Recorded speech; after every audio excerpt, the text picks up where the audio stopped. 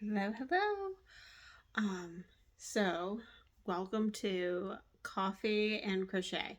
Um, the purpose behind this is for me to share a little bit about my favorite thing, which is coffee, one of my favorite things, while giving tutorials on learning how to crochet. Because, let me have a sip. One thing I've noticed with a lot of tutorials online, like on YouTube, and other places that actually do video ones. It's here randomly pick amount of even or odd chains, and now we're going to work this row to learn how to do this thing. But it's not functional. You're literally making a test swatch of that stitch to learn how to do that stitch.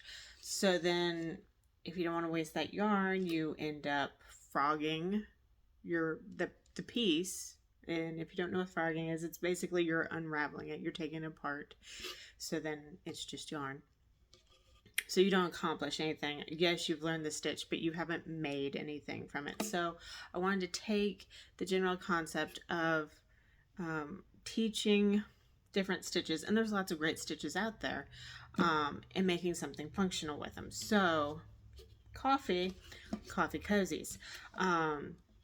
So each week, or if I have more time, a couple times a week, I will be doing a new stitch in the shape of a coffee cozy. So you'll be learning how to make the new stitch, and you will end up with a finished piece that can be functional.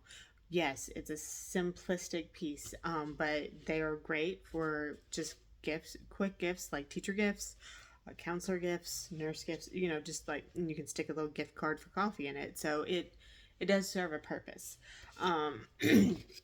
So this is the single crochet. It is very small in compared to some of the others we will do, but it is about the same width as one of those paper covers they put on coffees. So it will do what you need it to do. For this one, I will be doing two different types of it. So but not in this video. This video, I'm just teaching you the baseline single crochet. It will look like this. I'll be doing it in rows, so I'll be also showing you how to sew them, because some of the ones I teach will be sewn, some will be in the round, but I felt like doing one where we're sewing it first is going to be easier because you're just focusing on the stitches.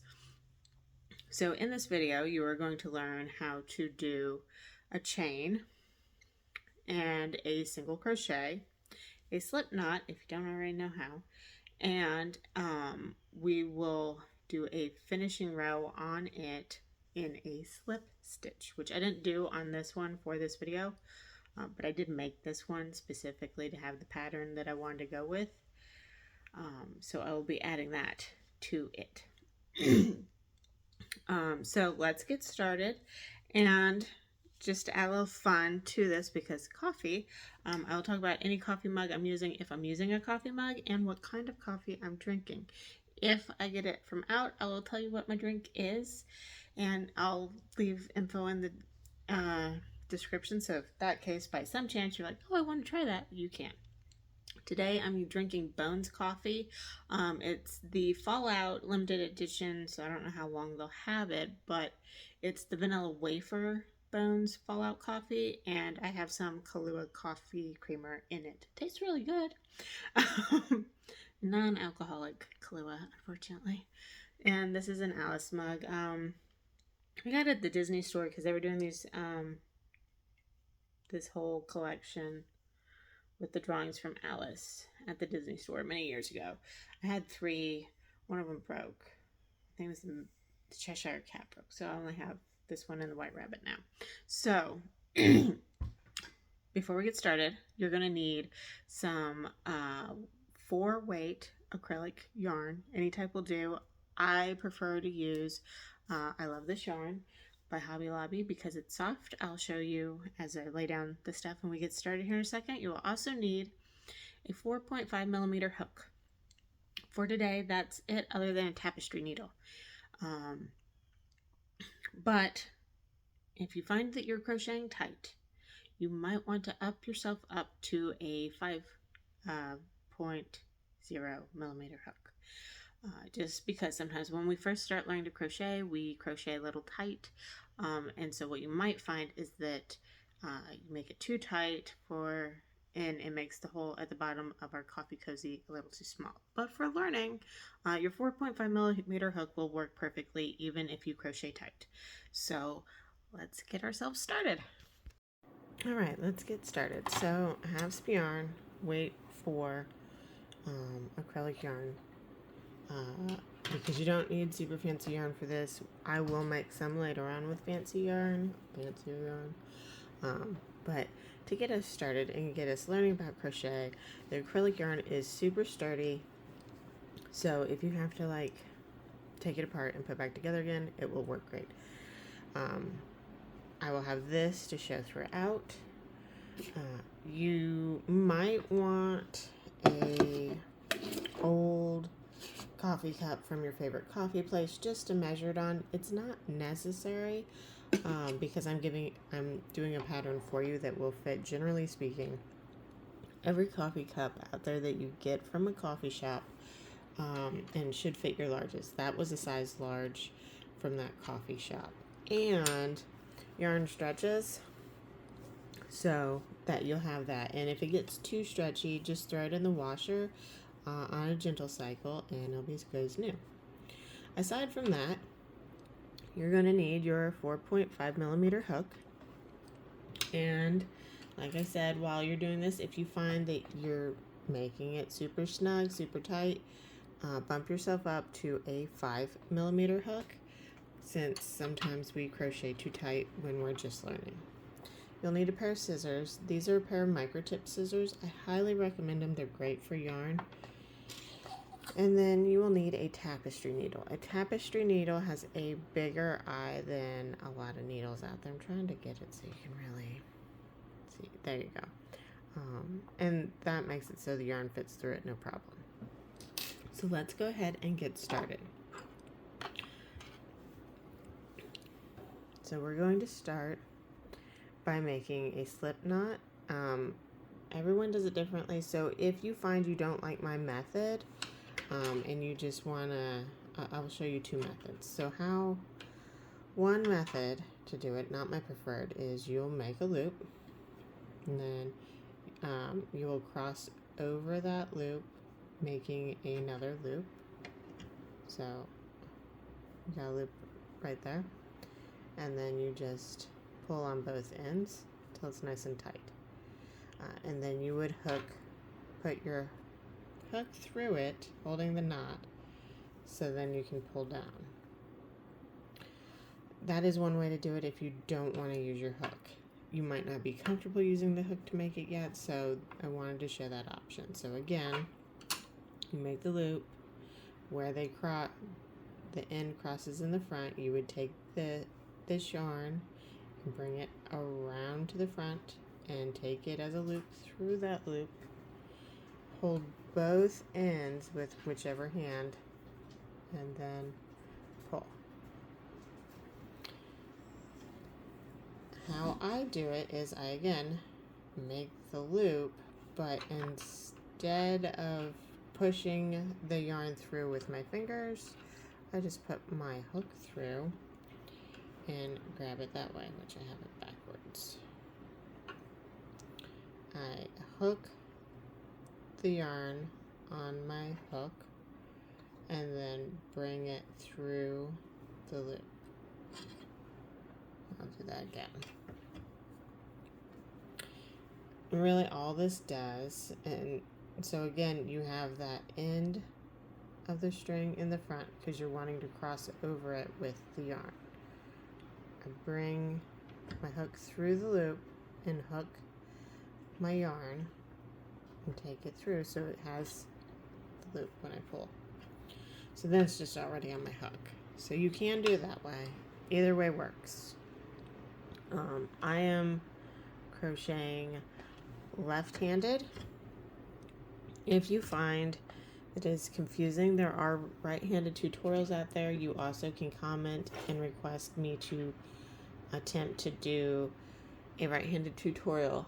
I know that I can crochet right-handed. I'm just not very proficient at it, so I would have to practice a little bit before I made the tutorial, but I would happily do so. So the first stitch we're going to learn is the chain. It's the foundation of a lot of things, and you make it as your first row unless you're doing a foundationless bottom on a creation, which we'll get to that another day. So let's get started on this. I'm going to bring us in so you can really see what's happening here. I actually learned how to crochet from right-handed people, so it can be done. You just have to learn to mirror. So what I'm doing right now is I yarned over. That is called yarning over. You're yarning over your hook. And then I'm going to take that and pull it through the loop. So now I have a new loop on my hook, and I just made a chain. I'm going to do that again. Yarn over, pull through the loop. Yarn over, pull through the loop. So now I have 3 chains on my project. Yarn over, pull through the loop. Yarn over and pull through the loop. Keep replaying this till you feel comfortable with making chains, and then you can move on to the next part. If you are ready to move on to the next part, you are going to need 37 chains on your piece. And I will see you at the end of your 37 chains. Welcome back. So now you have 37 chains. And it's a little curly probably, and that's okay, and it's nice and stretchy. The curl will straighten itself out as we go through. So this project actually needs 36 stitches, but you need that 37th chain right there as your turning chain, because we're essentially going to turn our work as we work into each of these foundations. So we're going to skip that first one, and we're going to put our hook in this first loop. Now, before I do that, I want to show you, you can go through the front to the back. You can go from the back to the front to do this part. It does not matter in this particular scenario. So do whichever is most comfortable. I tend to go from the back to the front. And then you're going to yarn over, and you're going to pull it through that hole. So now there's 2 loops on your hook, and you're going to then yarn over again and put your hook through both. And that is a single crochet, and it's really small. So now we're going to do that again. We're going to put our hook through the next stitch and yarn over, pull back through that stitch. So we got 2 loops on our hook, yarn over and pull through 2. Again, put your hook through your stitch, yarn over, bring it back through, yarn over, pull through 2. Now I'm going to show you doing it the other way so you can see that it is the same. So you put it through the stitch, go through in the front if you feel more comfortable like that, yarn over, bring it back through, yarn over, pull through 2. So just like the others, it's right there, except did I just not pay attention? Oh no, it's just a loose stitch. Almost looked like I so that hole at the bottom is nothing to be upset about. That just means that chain was a little looser than these others, so it's showing a hole. But once I stretch it out a little and have more built in, that will kind of fade out. So again, put through your chain, yarn over, pull through, yarn over, pull through 2. So now we're going to continue doing that all the way across till you have 36 single crochets on this foundation chain, or 36 single crochets on this foundation chain, sorry. So I'm going to just do a couple for you to watch. And again, I'm doing my preferred, going through the stitch from the back. If you prefer that front that I was doing for a second, you are more than welcome to continue doing that. And when I get to the last couple, I will go over the instructions again. If you find that you're not ready to move on, just keep replaying this section of the video until you found that these, you're a little bit more confident. We are going to be doing 10 rows of single crochet to help you get comfortable with this to make our end project. So it is okay if it is not perfect. This is a very simple coffee cozy to get you comfortable with the stitches so we can make fun coffee cozies later.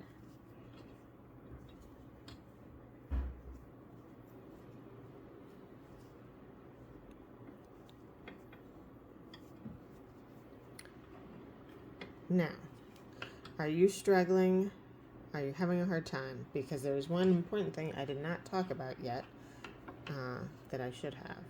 So I'm going to pull the camera view out a little. So you see me holding my hook. I have it comfortable in my hand. When I am going through, there's something very important I am doing. So let me put it in here. And I'm going to yarn over. Now what I tend to do, and you got to be comfortable with it, so find the way the hook works for you. You need to, it's kind of like a wand. You need the wand to speak to you. You need the hook to speak to you. Hold it comfortable. I suggest holding it similar to pencils or a wand. I move the hook, as you were seeing. I moved it down so the actual little hook part is facing down, going under that stitch to pull this through. It makes it easier. It makes it so it doesn't catch on the stitch you're working on. This one, it doesn't catch on that when I twist it down.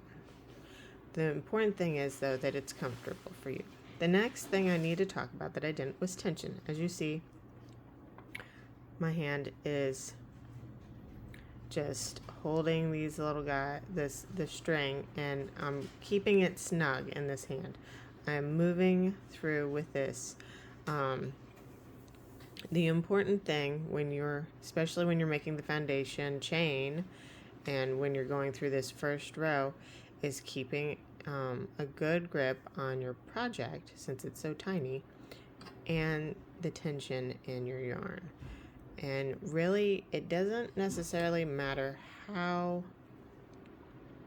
you wrap it around your hand, so long as you have a handle on it and it is comfortable. There are crochet rings, and the ones I've always seen are shaped like a peacock. They can help you hold this yarn and keep your tension steady. I have one, but I lost it on all my moves and never bothered to really look for it because I was used to doing this without. So I'm continuing to go down the row just so you can see me working on it as I'm discussing this with you. So tension, which can be in your left hand if you're right-handed, and then manipulating your little wand of a hook. We're going to continue going through. So, once we got a little bit further to go. I'm going to go ahead and pause and get to the end so you can see what's going on next. Okay, last stitch. I'm going to go through just like all the others. Yarn over, and then yarn over and pull through two. So now I'm going to chain one, which is where we just yarn over our hook and pull it through the loop. And now I'm ready to turn my work. Before I turn my work though, I want you to take a look at it, count it, make sure you have 36 single crochets across this. Make sure you don't have any big holes showing at the bottom, because if you do, your count might not match 36 because you might have 2 stitches in the same chain. So long as all of that's good, it looks nice, it will smooth out as we go. You're going to turn your work. So we were working it this way, now I'm going to move it this way. So if you are left-handed, you're moving from left to right. If you're right-handed, you're moving from right to left. And now I'm going to bring it up and I'm going to do a couple of our single crochets now that I've shown you how to turn, and then I will pause till I get to the end and come back and we'll do that. And once I've done the next row, then I will pause till I get towards the end, and we'll finish it. I'll show you how to finish all this up.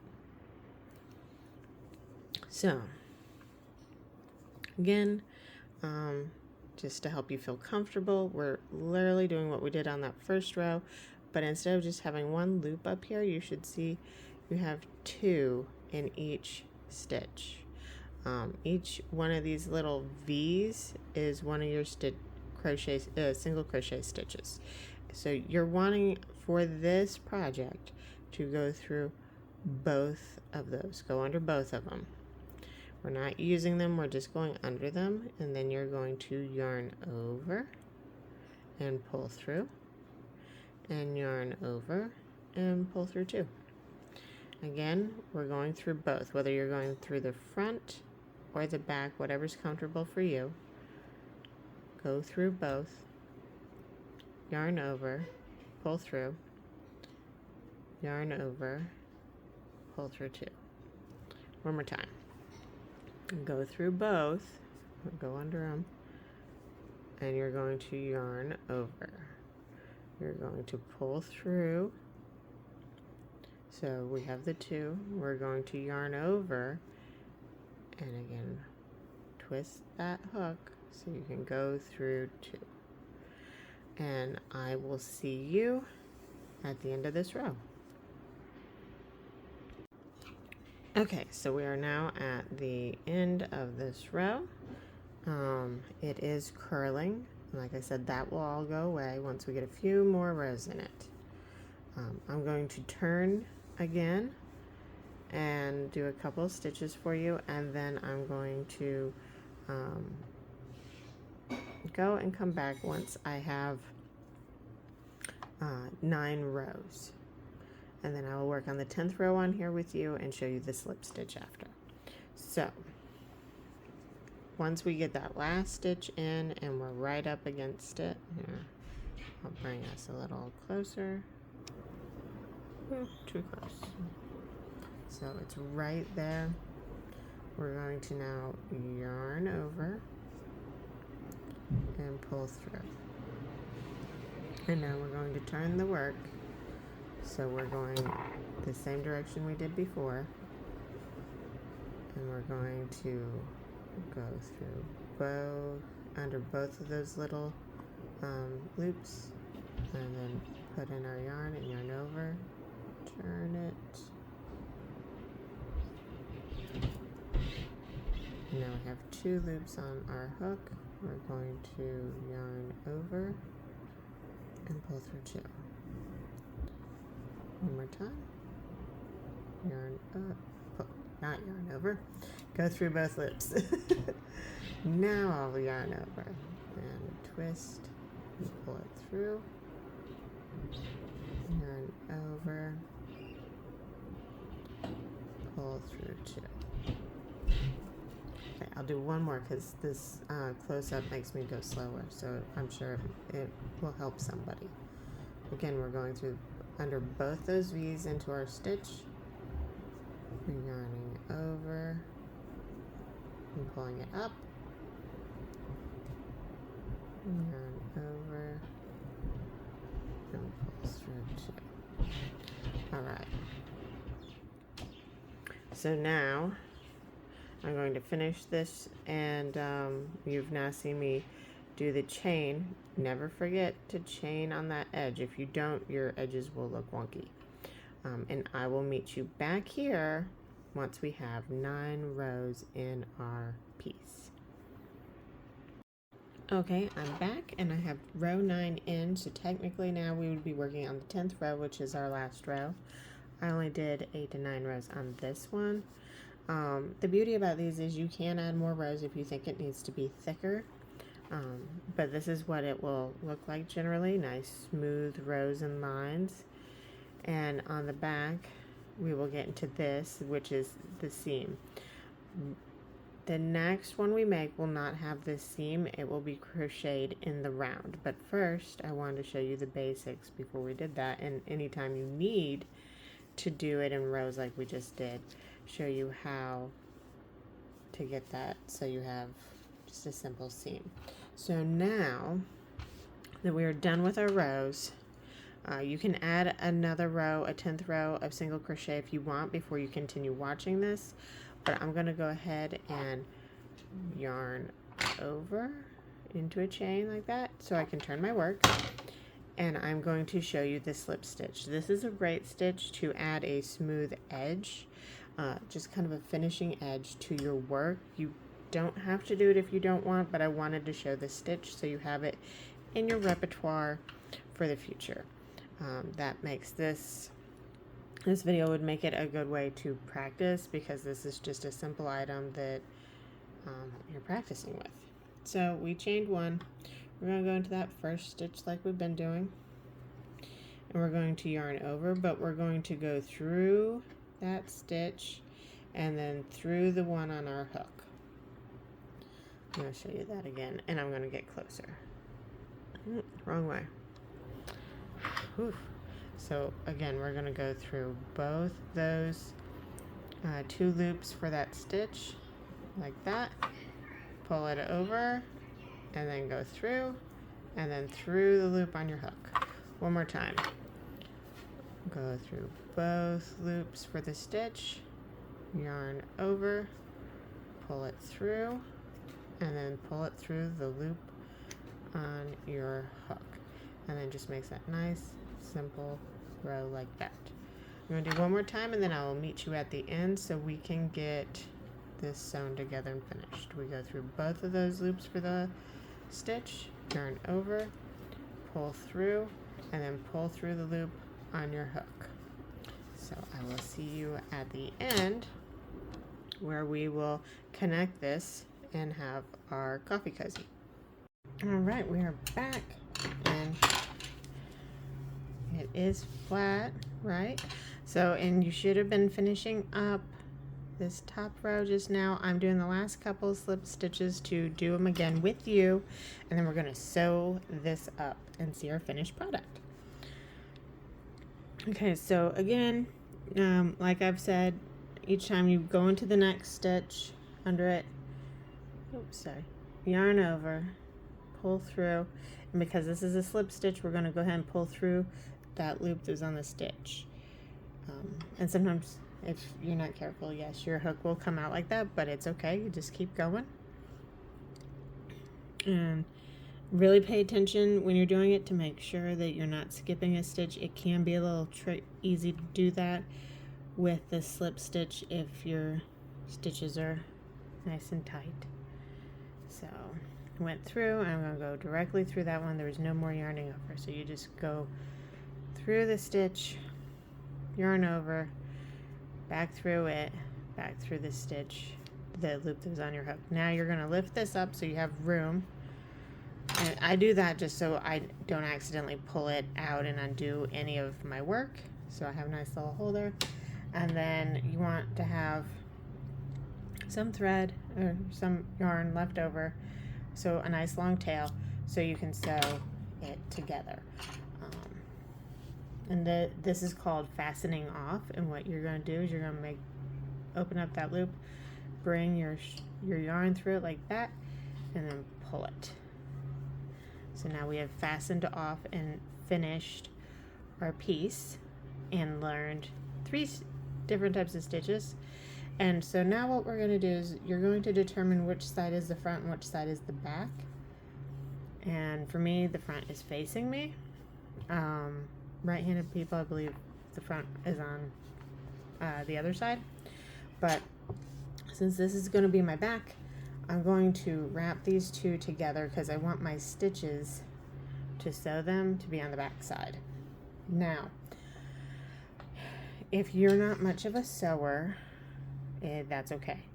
You're just wanting to make sure that they align up and that you stick through a loop on this side and a loop on that side and go through. If you do so, then use a stitch you are comfortable with to bind these back and forth. It doesn't have to be a fancy stitch. You are just attaching them together and making it so there's no hole. So you want to make sure you get each row stitched. So if you are a cross stitcher, you can do a cross stitch style thing. I do like to use a back stitch a lot, but on this particular piece, it's not really needing a back stitch. So I'm just going back and forth, making sure I get every row.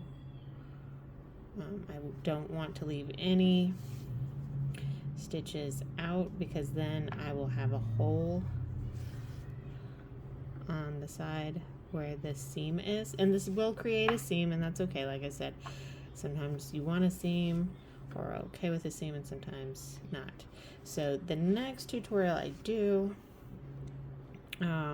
will be in the round, and I will be doing I will be teaching like this, just a plain one with half double crochet and double crochet, all US terms, and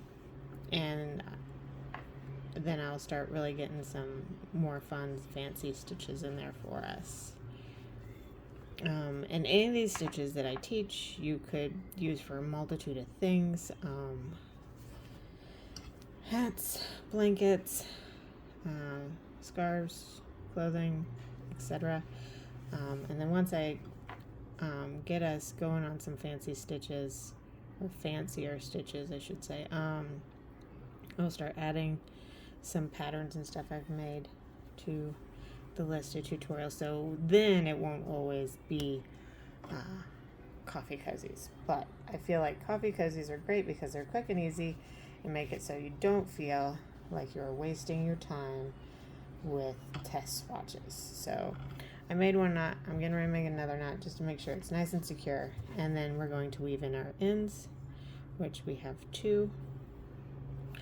And this is what we're using our tapestry needle for, if you didn't notice. Pull that. Take this one and do that. And then I'll cut off the ends with our micro tip scissors. And then we're going to flip it right side out. And it's done. So now I'm going to pull us back a little bit more and slide this on the coffee cozy. Or slide this coffee cozy on the cup, and the cup's going to be a little weird because it's empty, so it's all squishy. Yeah. But there you go. It is done. And like I said, these do stretch. If you don't like that seam, you can make an applique to put on top of it to kind of hide it, and I'm sure I will go over those at some point in the near future. But that is how you single crochet, chain, and slip stitch. Thank you for checking this out. If you like it, please like and follow this. If this is on YouTube, otherwise follow me wherever you're watching this, and you will get to see more of these as I continue.